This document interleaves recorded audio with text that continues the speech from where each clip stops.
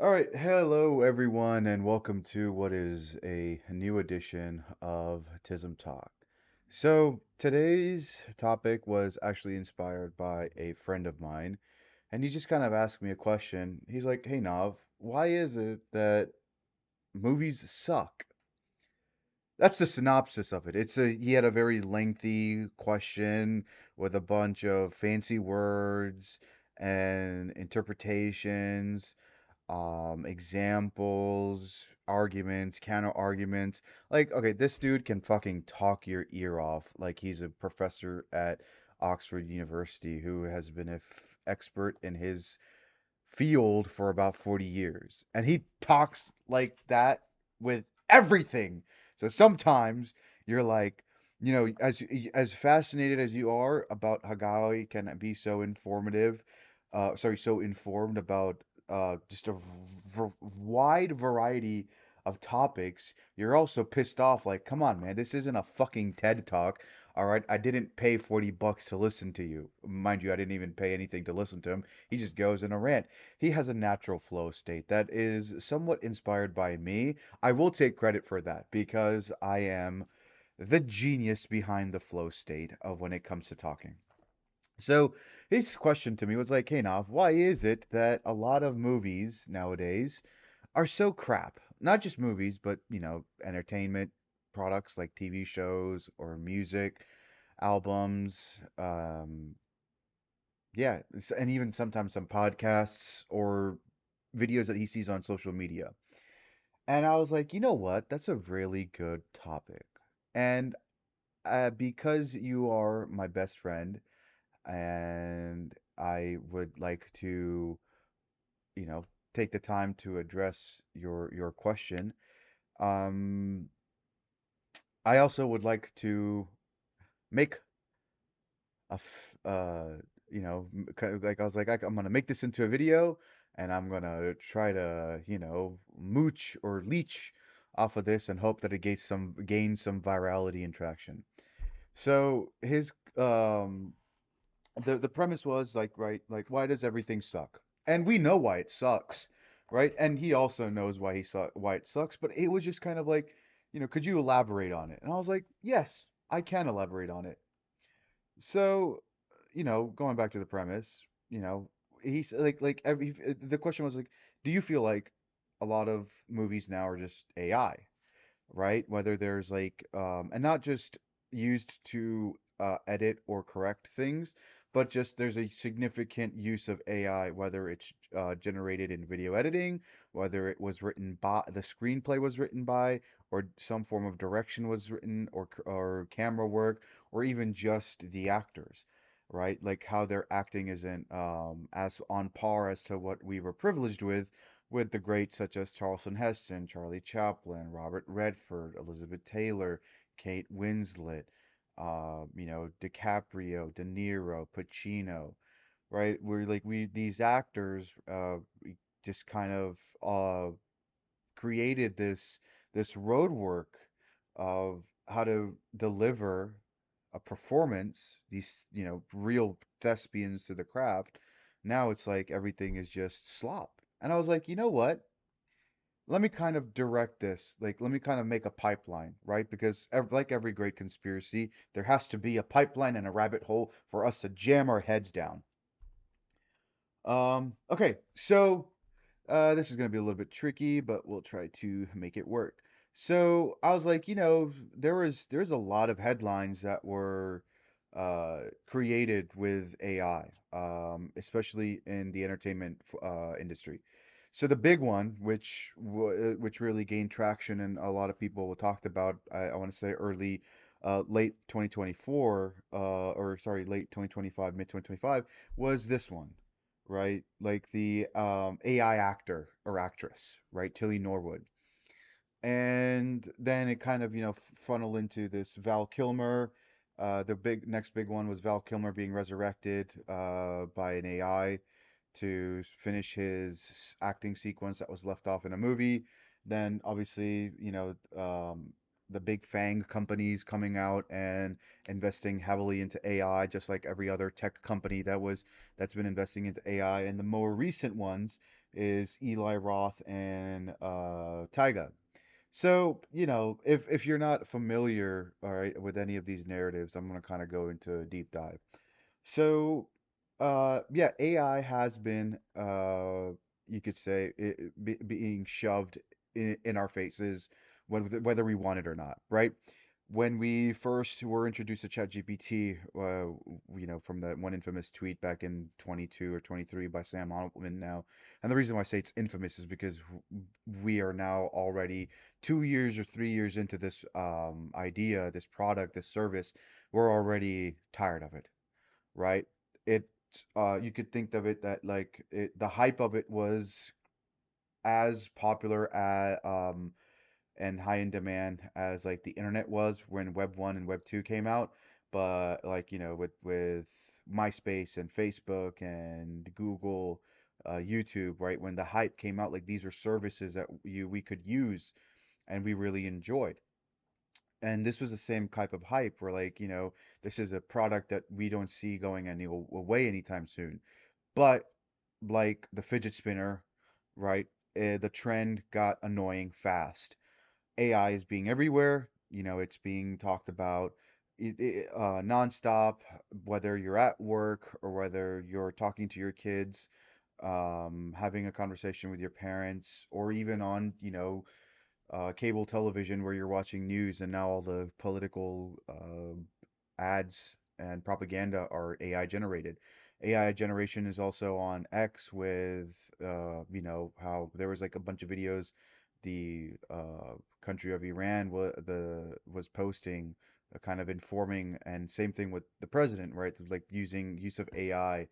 I believe there was a status that in the last 24 hours, um, in the last 24 hours, I'm recording this on 8/17, that the president used like AI generated images more than 40 times. And I was like, what? Like the dude is creating almost two AI images like an hour, which is which doesn't sound like a lot considering AI generation does and rendering doesn't really take that long. But you got to think about it. This is like an 80-year-old grandpa, right? If my granddad needs to pull out his phone or my grandma needs to make a call, it takes them 30 minutes just to feel their pockets and see which pocket is in. But this guy's been able to, obviously, we know it's not really him. He's just telling someone to do it for him. But still, like, you got to think it's kind of impressive, right?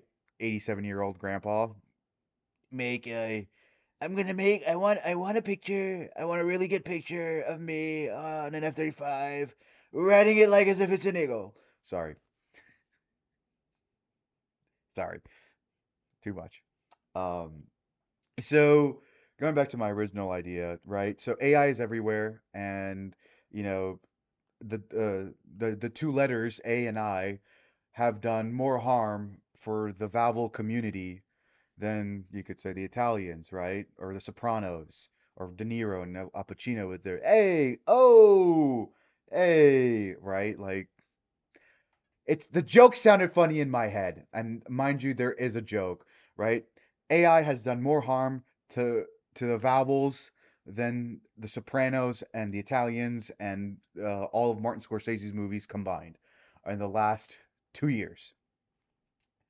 So going back to this, right? I'm gonna so starting off, like the big idea, right? The big one that broke news or broke headlines was this, right? Where it was, hey, we're gonna make a actress, right? We're gonna generate an actress through prompts and whatever scene we want or direction we want, and it's going to make headways, and it did, but all for the wrong reasons. So Tilly Norwood, right, was you could say like a star, right? That doesn't really exist. Some background, it was actually created by a like a division, artificial intelligence division of a production company, which was founded by a former actress, right? Which to me, I was like, this is kind of funny to me that an actress is now working with a production company to create, you know, basically a service that would make people in her craft obsolete, like physical people obsolete, right?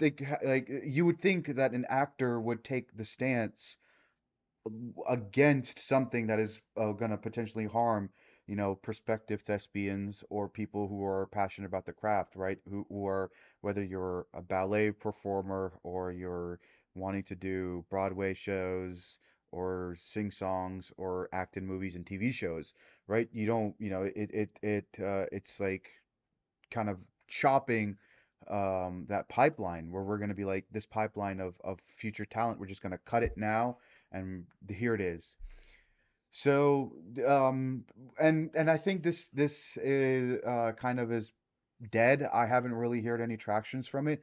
But yeah, dude, no, like some of the stuff, like it was bad. It was 100% bad. It wasn't real. It wasn't, and there was no support coming from either the consumers or other actors and directors, writers, like other people in the industry. It was just, yeah, like they kind of really were proactive with chopping it away, right? And then we had the SAG-AFTRA, the writer strike early in 2025, where writers and a lot of actors and like kind of like big heavy movers in the industry did not go back to work unless if their jobs were um, secured, right? Yes, you can throw a prompt in an LLM and it'll write out a screenplay for you. But as we've seen time and time again, right, without me kind of bashing the evidence on your face, that AI is not reliable. The LLMs and the chatbots and the AGIs aren't really all that reliable. Now, it can fool the boomers, right? And it is actually improving to the sense where some videos are making me question, right? But it it is a huge threat, right? It is a huge threat as we progress and we enhance and improve the technology. So like now that doesn't kind of like you said like do I feel? Yes, I do feel. Right? This was the first real evidence that if you're going to generate um just a random person based off of, I want someone to have, Scarlett Johansson's eyes, and I want him to have Chris Hemsworth muscles and the face of Leo DiCaprio and the acting skills of Pacino, and just kind of morph it into together, right? That where is the creativity? Just you kind of, throwing a bunch of zeros and ones that formulate a sentence and a prompt. Is that the creativity? No, it's not, right? The beauty of the industry or of the craft is the effort that you see people do. I'll be, I'm not an artist in no shape and form. Am I now? Do I have artistic desires? I used to when I was younger, but I kind of suppressed those and focused on, on on the sciences and the maths and the histories, right? I didn't really get a chance to explore. Whether that was conscious, unconscious, I don't really know. But I do have a huge love and support because, my sister is one. My sister, to me, is a prodigy in the arts. And I'm just talking about like one form. I'm talking about all forms, whether it's 3D or 2D, whether it's water painting, oil painting, pottery, baking, crocheting, knitting, editing, in all forms. She picks it up as if, you know, as if Da Vinci and Michelangelo and Dali and MF Hussein and these are basically these legacy artists are able to like channel their energy into her. And because I see the effort that she puts in, I always want to support that. I want these people, these artists, the effort should be recognized and supported, not be threatened, right? Arts is already a struggling medium. Not a lot of people get give enough support. So why is it that we are now damaging that already hurt and vulnerable group uh, by basically saying that we're going to take your entire livelihood away. We're going to make you obsolete. You're going to be nothing more than just, a piece in history that extinct like the dinosaurs. And I think the reason why, or the big reason is because of this right here, right? Look, I am no different than any of you. I am a consumer at the end of the day. I work to consume. Now, I'm not saying I consume. I want, like I am some, uh, Kirby force that just sucks everything up and basically tries to take in everything. I don't possess that sin of gluttony. But there are unfortunately people out there who do. Right? There was a very inspirational quote I want to say from Gandhi that uh, you know the world provides um, enough for man to basically enough for man to live, but it doesn't provide enough for his greed. And this is exactly what we're seeing. That Netflix, like these giant production companies, Netflix, Amazon, MGM, Paramount, HBO, they're all ex instead of taking the money, right, and using it to support their already solid foundation of creators, they're taking whatever money they can and they're stuffing in this furnace, right? It's nothing more than just a furnace of greed that is just basically polluting the air like of creativity. Right? You have Netflix revealing that they want to use AI across movies and TV shows, right? We've seen what AI is doing to social media ever since Oracle's acquisition of TikTok, as well as Instagram's targeted algorithmization, right? We've seen that so much of the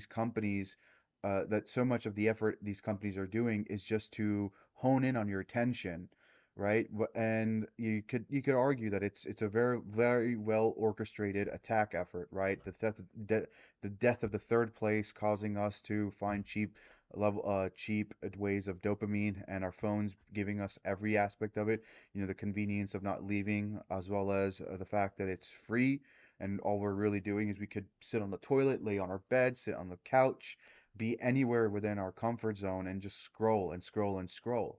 So we've seen what it's doing with TikTok, where, a lot of the content that I'm seeing is just AI generated, right? People are putting in prompts in Claude or Sora or whatever, creating 10-second, 5-second, 12-second, 15, 30-second videos, and or what they're doing is they're using it to edit clips and bits of TV shows, paste it over some mobile game, and just massively upload it. And what it does is that it creates enough traction, right? The algorithm is that the more you produce, the more people will engage.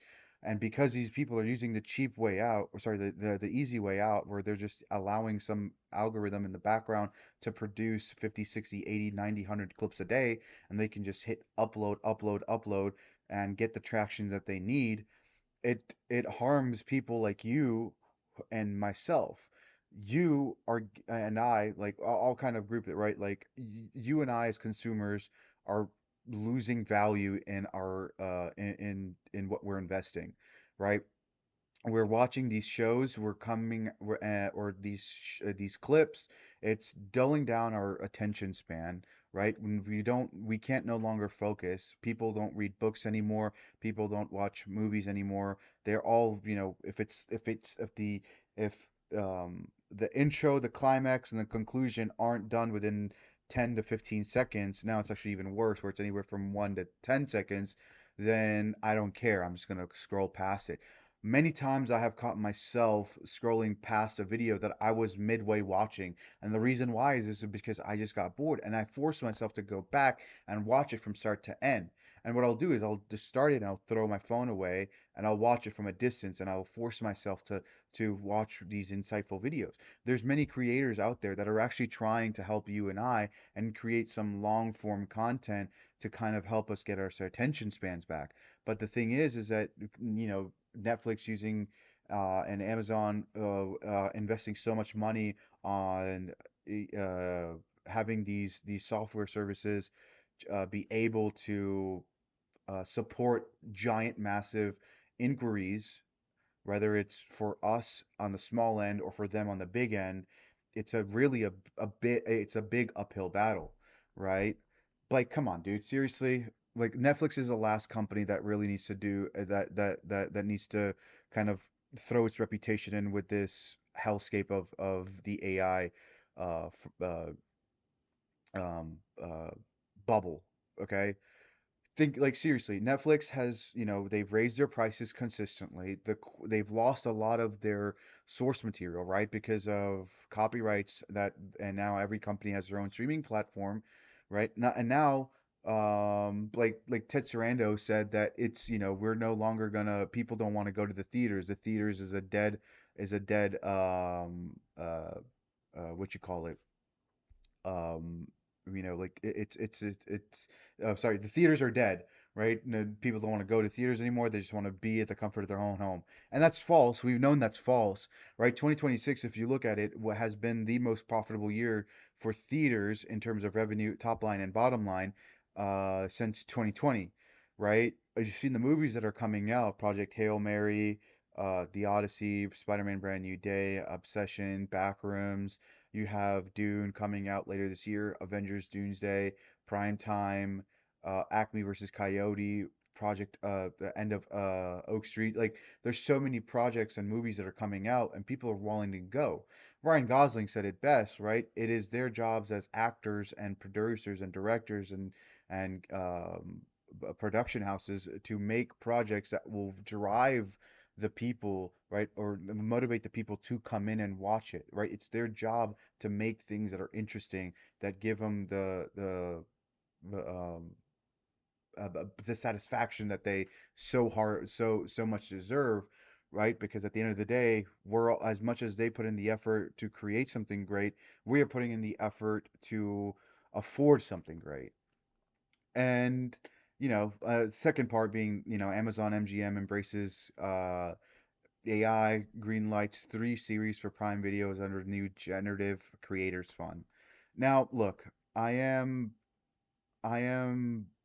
Amazon's biggest hater, for multiple reasons, right?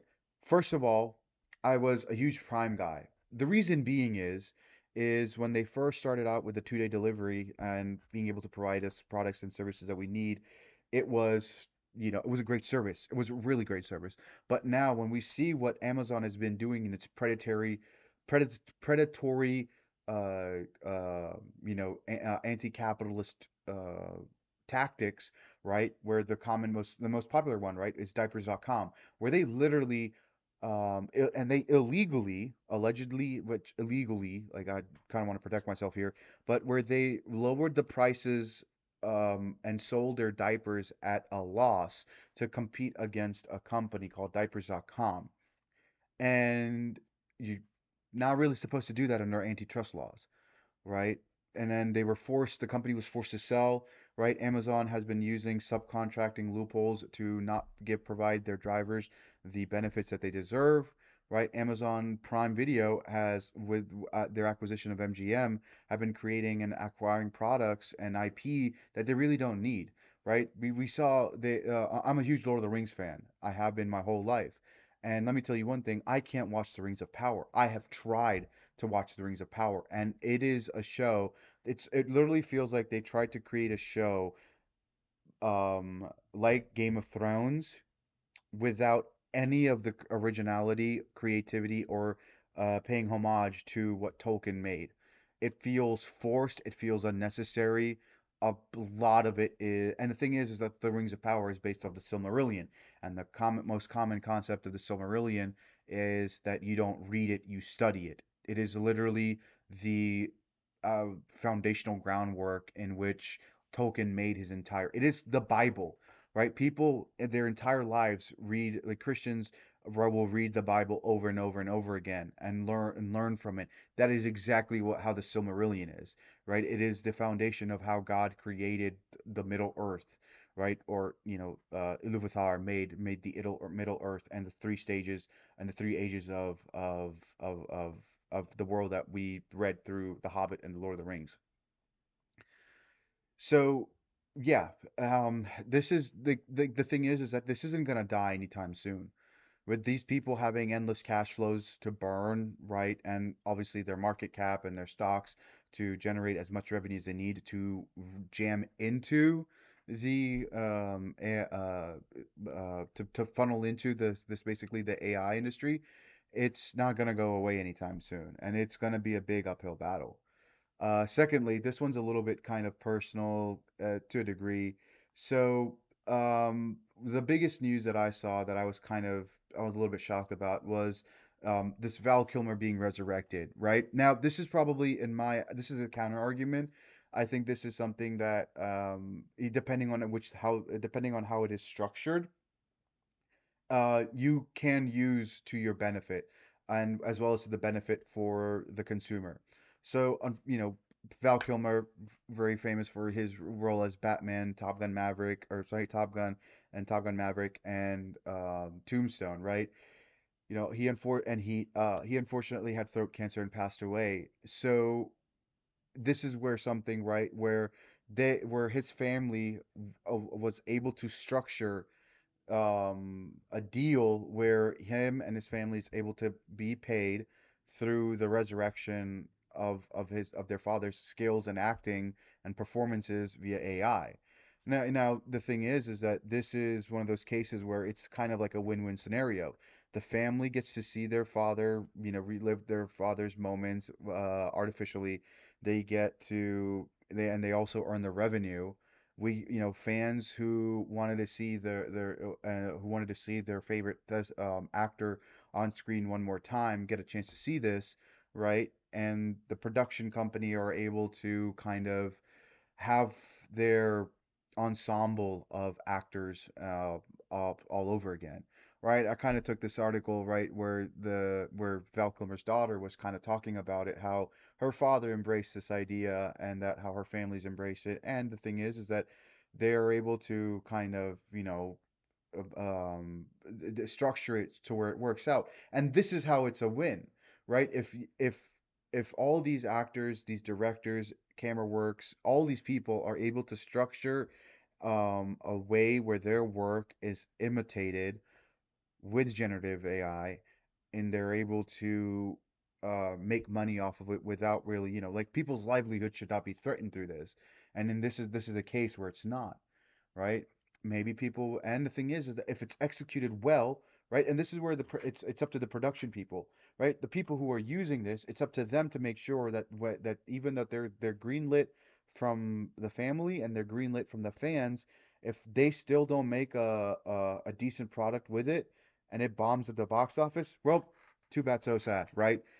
We gave you a shot, it didn't work out. Now you're allowed to use it as many times as you want to make sure it gets right, but if it causes you to go bankrupt, well, then that's on you, right?